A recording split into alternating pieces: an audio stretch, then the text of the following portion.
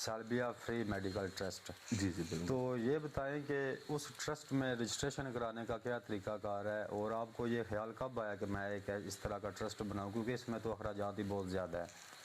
حقیقت ہے طے پر بھی اس میں واقعی ایک مشکل کام ہے. جی جی ٹھیک ہے، کیونکہ میرے لیے زیادہ آسان تھا کہ میں بجائے ایک اپنا کلینک بناتا، ماشاء اللہ. اس میں اپنے پیشنٹ کا ورک لوڈ دیکھتا. جی جی ٹھیک ہے، اپنے پیشنٹ بناتا. ماشاء ٹھیک ہے، اللہ. وہ میرے لیے زیادہ آسان تھا. جی جی ایسے ہی ہوتا ہے. پر یہ ہے کہ وہ پھر کہہ لیں کہ میری ذات کے لیے ہو جانا تھا. ہاں اس میں ٹھیک ہے، کوئی شک. مطلب اس کے لیے میں اب اگر باقی لوگوں کو ٹائم مطلب دے رہا ہوں، جی جی ہر لوگ کہہ لیں کہ ریکویسٹ کرتے ہیں ڈاکٹر صاحب تھوڑا ہمیں، انہوں نے ٹرسٹ بنائی ہے تو انہوں کہتے ہیں کہ ٹائم ہمیں دیں. بے شک. تو کیوں نہ میں اپنے گاؤں کے لیے کیوں نہ بے کروں. شک. ٹھیک ہے، اپنے موجن والا کے لوگوں کے لیے کیوں نہ کیا جائے. ٹھیک ہے، اس کا آغاز تقریباً 5-6 سال تو ہو گئے ہیں کہ میں نے نا باقاعدہ اپنے کریم فاطمہ میڈیکیئر اور سالبیہ ٹرسٹ کے نام جی سے جی نا، پر اس کا باقاعدہ طور پہ آغاز جو ہے نا جی یہ جی کچھ ہی دن ہوئے ہیں کہ باقاعدہ کیا ہے. تو میرے خیال سے یہ پہلی ٹرسٹ ایسا ہے جو کہ پوری فیملی کا فری علاج کر رہا ہے. یقین ویسے تو ہمارے گاؤں میں میڈیکل کیمپ لگتے ہیں جو کہ محرم کے دنوں میں لگتے ہیں، جن میں مختار فورس صدریہ ویلفیئر سوسائٹی اور القائم ٹرسٹ والے جو ہیں وہ بڑھ چڑھ کر حصہ لیتے ہیں. کوئی شک نہیں. تو پوری لائف کے لیے لائف ٹائم اور 24 آور 7 ڈے جو بنا ہے ٹرسٹ وہ یہ سالبیہ ہی ہے میرے خیال سے. یقیناً. تو اس میں کیا کیا سہولیات ملیں گی مریضوں کو، کیا کیا سہولیات ملیں گی جو کہ ایک بندہ آتا ہے آپ کے کلینک پہ اس کو کیا کیا چیزیں ملیں گی؟